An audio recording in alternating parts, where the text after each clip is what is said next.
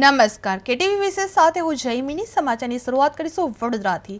વડોદરામાં પારુલ યુનિવર્સિટીએ 9મા દીક્ષાંત સમારોહની ઉજવણી કરી છે, જે નાયબ મુખ્યમંત્રી હર્ષ સંઘવીની પ્રેરણાદાયી ઉપસ્થિતિ વડોદરા 15 ડિસેમ્બર 2025માં પારુલ યુનિવર્સિટી આજે તેના 9મા દીક્ષાંત સમારોહનું ભવ્ય આયોજન કરવામાં આવ્યું છે, જે આ સમારોહમાં ગુજરાતના નાયબ મુખ્યમંત્રી હર્ષ સંઘવી, જાણીતા પત્રકાર રજત શર્મા, બોક્સિંગ લીજેન્ડ MC મેરી કોમ, આંત્રપ્રિન્યોર્સ શાર્ક ટેક ઇન્ડિયાના જજ વિનીતા સિંઘ તથા ટેનિસ સ્ટાર સાનિયા મિર્ઝા મુખ્ય અતિથિ અને અતિથિ વિશેષ તરીકે ખાસ ઉપસ્થિત રહ્યા હતા।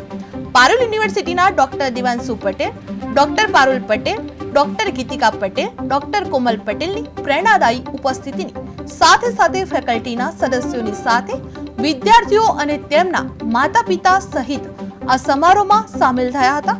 આ વર્ષે 16,000થી વધુ વિદ્યાર્થીઓ ગ્રેજ્યુએટ થયા છે અને 9મા દીક્ષાંત સમારોહમાં વિવિધ શાખાઓના 12,000થી વધુ વિદ્યાર્થીઓ તથા 23,000થી વધુ મહેમાનો ખાસ ઉપસ્થિત રહ્યા હતા। આ દીક્ષાંત સમારોહે યુનિવર્સિટીમાં વિદ્યાર્થીઓને તેમના પ્રવેશથી લઈને તેમની જૂની યાદો, અભ્યાસની સફર વગેરે યાદ અપાવી હતી તથા જીવનના આગામી તબક્કામાં સફળતા માટે શુભેચ્છા પાઠવવામાં આવી હતી। આ વર્ષના સમારોહમાં યુનિવર્સિટીએ સમુદાયનો સકારાત્મક રીતે પ્રભાવિત કરતી સામાજિક પહેલોની પણ ઓળખ કરવામાં આવી હતી। યુનિવર્સિટીએ ગ્રામીણ મહિલા કારીગરો સાથે મળીને ગ્રેજ્યુએટ થતા વિદ્યાર્થીઓ માટે 16,000થી વધુ હેન્ડક્રાફ્ટેડ ખાદી સ્કાર્ફ તૈયાર કરવામાં આવ્યા હતા। મહિલાઓને આવકનો સ્ત્રોત મળવાની સાથે સાથે તેમના કૌશલ્યમાં પણ વધારો થયો છે। આ પહેલથી ખાદીના અમૂલ્ય વારસાને બચાવવામાં, ગ્રામીણ આજીવિકાને આગળ વધારવામાં મદદ મળી છે, તેમજ દેશના વોકલ ફોર લોકલ અને મેક ઇન ઇન્ડિયા કેમ્પેઇનને પણ વધુ મજબૂતાઈ પ્રાપ્ત થઈ છે। આ વર્ષે 104 ગોલ્ડ મેડાલિસ્ટ અને 44 સર્ટિફિકેટ ઓફ મેરિટ એનાયત કરીને વિવિધ શાખાઓના પ્રતિભાશાળી વિદ્યાર્થીઓનું સન્માન કરવામાં આવ્યું હતું। આ ઉપરાંત 3 પૂર્વ વિદ્યાર્થીઓને તેમની પ્રોફેશનલ સિદ્ધિ અને આંત્રપ્રિન્યોરશિપ માટેના અતૂટ જુસ્સા બદલ 3 સ્ટાર્ટઅપ્સને પ્રેસિડેન્ટ્સ મેડલથી સન્માનિત કરવામાં આવ્યા હતા।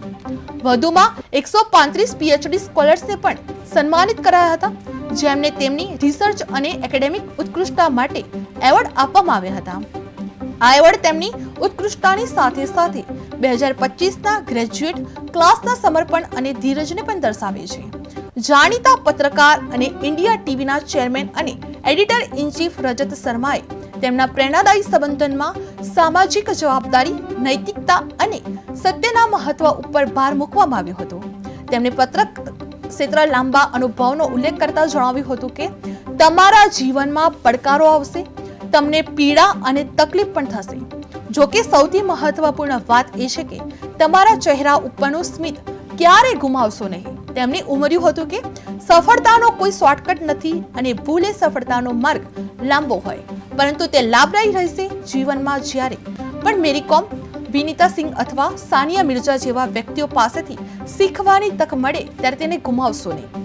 ભારતીય સ્પોર્ટ્સ આઇકોન અને ઓલિમ્પિકમાં બોક્સિંગ ચેમ્પિયન MC મેરી કોમે તેમની ઉપસ્થિતિ વિદ્યાર્થીઓના જોશમાં વધારો કર્યો હતો।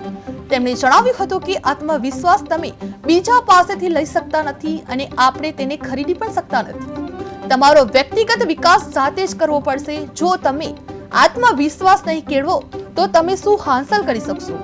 તેમણે ઉમેર્યું હતું કે તમે કેટલીક વાર જીત્યા છો તે ઘણું સરળ છે, પરંતુ જ્યારે તમે ફિઝિકલી અને મેન્ટલી ગણતરી કરો ત્યારે આ મુશ્કેલ હોય છે। આ જ રીતે અહીં બેઠેલા વિદ્યાર્થીઓને હું કહીશ કે ડિગ્રી મેળવવી સરળ કામ નથી અને તમે વિવિધ શાખાઓમાં ઉત્કૃષ્ટ પ્રદર્શન કર્યું છે। હું તમારી સફળતાની ઉજવણીનો હિસ્સો બનતા ખુશી અનુભવું છું। આ તો માત્ર શરૂઆત છે। તમને કદાચ એવું લાગે કે અમારું કામ પૂર્ણ થયું, પરંતુ તેવું છે નહીં। આ માત્ર શરૂઆત છે અને હવે તમે ઘણા પડકારોનો સામનો કરશો। મહત્વપૂર્ણ એ છે કે તમે પડકારોનો સામનો કેવી રીતે કરો છો। તમારા ભવિષ્યની હવે શરૂઆત થઈ રહી છે। શાર્ક ટેક ઇન્ડિયાના જજ વિનીતા સિંઘે આંત્રપ્રિન્યોરશિપના વિવિધ પાસાઓ વિશે સંબોધિત કરતા વિદ્યાર્થીઓને પ્રોત્સાહિત કર્યા હતા। તેમને વિદ્યાર્થીઓને રચનાત્મક અને સખત મહેનતથી જીવનનો માર્ગ કંડારવા પ્રેરણા આપવામાં આવી હતી। તેમણે જણાવ્યું હતું કે નિષ્ફળતા એ એન્ટ્રી ફ્રી છે કે જે આપણે સફળતા માટે હંમેશા ચૂકવવી પડે છે. તે લક્ષ્ય વિશે નથી, પરંતુ તેની સફર મહત્વપૂર્ણ છે. હાર જેવું કોઈ હોતું નથી, માત્ર એ લોકો હારે છે કે જે હાર સ્વીકારી લે છે. તેમણે વિદ્યાર્થીઓને સલાહ આપી હતી કે હું ઈચ્છું છું કે તમે દરેક એક ક્ષણ રોકવો અને ઊંડો શ્વાસ લો. શ્વાસ લો, કારણ કે તમારે યાદ રાખવાનું છે કે તમારા દેશનું નિર્માણ સખત મહેનત અને સમર્પણથી થયું છે.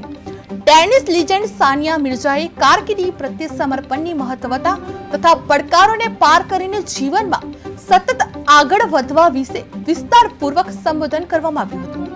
તેમણે જણાવ્યું હતું કે તમે એક પડકારજનક તબક્કામાં પ્રવેશી રહ્યા છો. તમે જીવનમાં ગમે તેટલી નિષ્ફળતાનો સામનો કરો, ગમે તેટલા રિજેક્શન મળે, પરંતુ યાદ રાખો કે એક દિવસ તમને સફળતા મળશે. સ્પોર્ટ્સ મને જીવનમાં ઘણા સબક શીખવાડ્યા છે. તેમણે વિદ્યાર્થીઓને માતા પિતાનું સન્માન કરવાનો સંદેશો આપતા કહ્યું હતું કે તમે જે પણ સ્વપ્ન જોવાનું નક્કી કરો છો તે પ્રાપ્ત કરો. તમે જે પણ સ્વપ્ન નક્કી કરો છો તે મહત્વનું નથી, તમે આપણા દેશનું ભવિષ્ય છો. પારુલ યુનિવર્સિટીના પ્રેસિડેન્ટ ડોક્ટર દેવાંશુ પટેલ ઉપસ્થિત મહેમાનો અને વિદ્યાર્થીઓને સંબોધિત કરતા જણાવવામાં આવ્યું હતું કે યાદ રાખો કે જ્યારે જવાબ ન મળે ત્યારે પણ વિશ્વાસ રાખવો.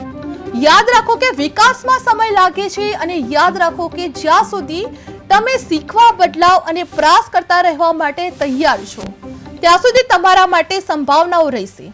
જીવનમાં હંમેશા પોતાની સાથે વિશ્વાસ રાખો. યહાં પોસિબલ હે, તમારા સપનાનો સાકાર કરવા શક્ય છે.